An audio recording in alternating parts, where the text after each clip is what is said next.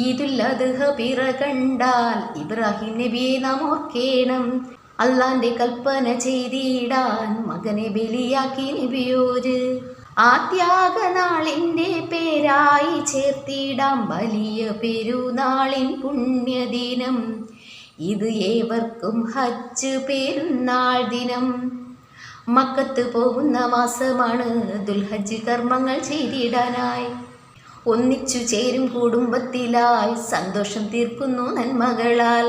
ആ നാളിൽ തക്ബീർ മുഴങ്ങുന്ന നേരത്ത് മന്ത്രമായി ചൊല്ലും മനസ്സിലെല്ലാം അല്ലാഹു അക്ബർ അല്ലാഹു അക്ബർ അല്ലാഹു അക്ബർ അല്ലാഹു അക്ബർ അല്ലാഹു അക്ബർ ലാ ഇലാഹ ഇല്ലല്ലാഹു അല്ലാഹു അക്ബർ അല്ലാഹു അക്ബർ വലില്ലാഹിൽ ഹംദ്.